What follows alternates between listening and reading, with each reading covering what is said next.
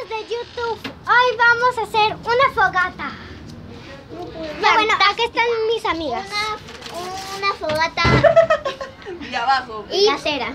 Ahí, allá no hay. Ella es Mica, ella es María Laura. ella es Sofía. ella es Fabiana.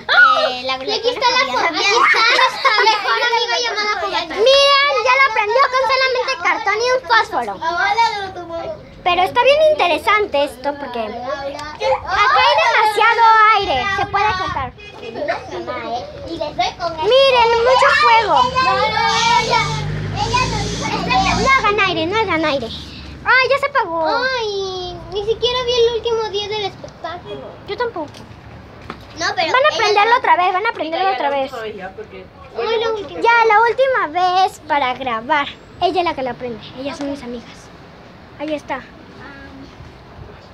Y vamos a hacer Vamos, ya hemos hecho un montón, pero ya esta última les dejo para ustedes. No, vamos a hacer la fogata. No olviden suscribirse, darle like y dejar un comentario. En los comentarios díganos más.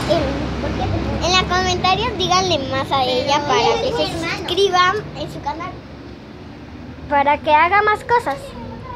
Como aprender una fogata, abrir los celones.